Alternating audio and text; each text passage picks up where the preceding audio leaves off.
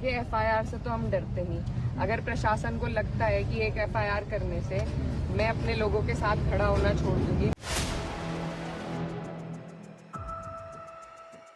क्या किसी को इंसाफ दिलाना, उसकी आवाज उठाना गुनाह है? गरीब जनता की आवाज नेता नहीं उठाएंगे तो कौन उठाएगा? सपा सांसद इकरा हसन को पीड़ित की आवाज उठाना भारी पड़ गया। योगी सरकार ने अखिलेश यादव की शेरनी पर एफआईआर दर्ज कर ली और इकरा हसन ने भी साफ कह दिया, सरकार कुछ भी कर ले लेकिन मैं डरने वाली नहीं हूं। इस वीडियो में हम इसी पर करेंगे बात। नमस्कार, 4 PM पर आप सभी का स्वागत है। अब जरा सोचिए, एक जनप्रतिनिधि अगर पीड़ित परिवार के साथ पुलिस अधिकारी से मिलने चला जाए तो क्या वो अपराध हो गया? क्या जनता के लिए आवाज उठाना अब कानून व्यवस्था बिगाड़ना कहलाएगा?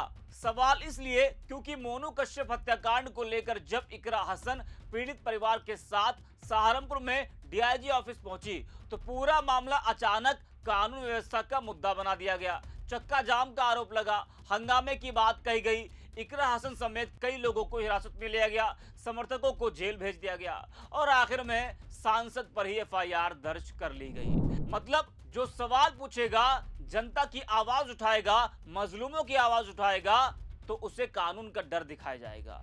आखिर बीजेपी सरकार किस बात से इतना डर रही है?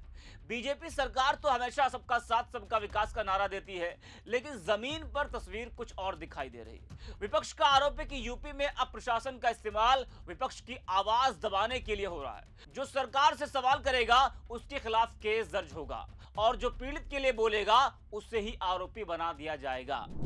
बता दें कि सपा सांसद इकरा हसन पर सहारनपुर में केस दर्ज हो गया है। इकरा हसन के साथ 6 नामजद और 25 अज्ञात लोगों पर भी एफआईआर दर्ज की गई है। सपा सांसद पर यह कार्रवाई सहारनपुर में डीआईजी दफ्तर के बाहर सड़क जाम करने के आरोप में की गई है। उनके ऊपर सरकारी काम में बाधा डालने का भी आरोप लगाया गया है। वहीं अब एफआईआर के बाद इकरा हसन का एक बहुत बड़ा बयान सामने आया है। इकरा ने कहा कि हम एफआईआर से डरने वाले नहीं हैं, अपने लोगों की आवाज हर हाल में उठाते रहेंगे और गरीब, मजलूम व इंसाफ की लड़ाई पूरी मजबूती और हौसले के साथ लड़ते रहेंगे। जरा आप भी सुनिए इकरा हसन। देखिए, एफआईआर से तो हम डरते नहीं। अगर प्रशासन को लगता है कि एक एफआईआर करने से मैं अपने लोगों के साथ खड़ा होना छोड़ दूंगी, मैं गरीबों की आवाज उठाना छोड़ दूंगी, मैं इंसाफ के लिए लड़ना छोड़ दूंगी, तो अभी से मैं कह देती हूँ, कान खोल के सुन लें, ऐसा बिल्कुल नहीं होने वाला है। हम अपनी लड़ाई और मजबूती से लड़ेंगे। इन सब चीजों से हमारे पे कोई फर्क नहीं पड़ता है। तो देखा और सुना आपने, इकरा हसन ने साफ कह दिया कि वो डरेंगी नहीं, जनता की आवाज उठाती रहेंगी। लेकिन बीजेपी सरकार को यह समझना होगा कि एफआईआर से आवाजें दबती नहीं है, उल्टा जनता के बीच सवाल और तेज हो जाते हैं। क्योंकि लोकतंत्र में सवाल पूछना अपराध नहीं होता, लेकिन सवालों से डरना जरूर बहुत कुछ साबित कर देता है। और आज मजबूत विपक्ष का डर बीजेपी में किस तरह बैठ चुका है वो भी आप साफ देख पा रहे हैं। क्योंकि जैसे ही कोई विपक्षी नेता जनता के बीच जाकर सवाल उठाता है, सरकार और प्रशासन तुरंत एक्टिव हो जाता है। पीड़ित के लिए आवाज उठाओगे तो एफआईआर होगी, पुलिस से जवाब मांगोगे तो हिरासत में ले लिए जाओगे, सड़क पर उतर जाओ तो मुकदमा। आखिर ये डर किस बात का है? बता दें कि 2 दिन पहले सहारनपुर में सपा सांसद इकरा हसन और पुलिस वालों के बीच तीखी नोकझोंक हुई थी। इकरा हसन जसाला गांव की एक बुजुर्ग महिला के साथ डीआईजी अभिषेक सिंह से मिलने गई थी। यह मुलाकात महिला के बेटे की हत्या के मामले में की गई थी। आरोप था कि डीआईजी साहब बिना पीड़िता से मिले ही चले गए थे, जिसका विरोध इकरा हसन ने किया था। बाद में काफी हंगामा हुआ। सांसद का कहना था कि जबरन उन्हें थाने में बिठाया गया। घटना के कई वीडियो सामने आए जिसमें इकरा हसन पुलिस वालों को नसीहत देती दिखाई दे रही थी। इस मामले में सपा अध्यक्ष अखिलेश यादव ने भी एक बड़ा बयान दिया था और कहा था कि आखिर हमारी पार्टी की सांसद का क्या गुनाह था, केवल इतना कि वो उस मां की मदद कर रही थी जिसने अपना बेटा खोया है, उसकी फरियाद लेकर थाने गई थी। जी हाँ, तो अखिलेश यादव ने भी बड़ा हमला बोला था।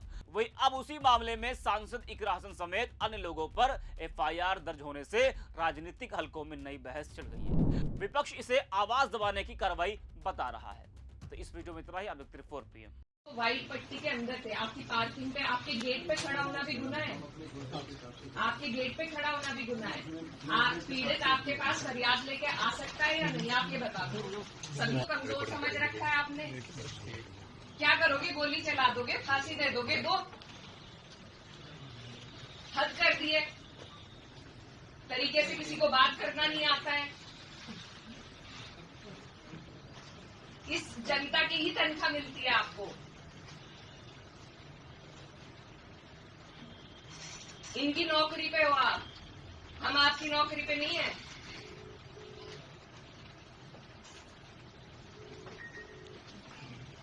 वो जो लापता लोग हैं वो कहाँ हैं, उनकी जानकारी दीजिए हमें। जितने लोग हमारे साथ थे तो उनकी जानकारी दीजिए, नहीं तो मुझे भी अरेस्ट करके ले जाइए। क्या तोड़ना?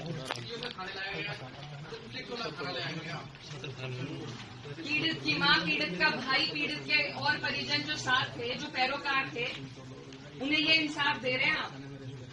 पीड़ित क्या मृतक है वो? आप ये सोचिए, आपके परिवार में किसी के साथ ये हो जाए और आप जैसे अधिकारी उन्हें मिल जाए तो कितना अच्छा रहेगा। हमारी तो कामना है कि आपके जैसे अधिकारी आपके काम आए आगे। 6 लोगों का रिलीज करवा दो। नहीं तो आप मुझे भी अंदर भेजो। या तो उन्हें छुड़वाइए या हमें अंदर भेजिए। आप अपने DI के साथ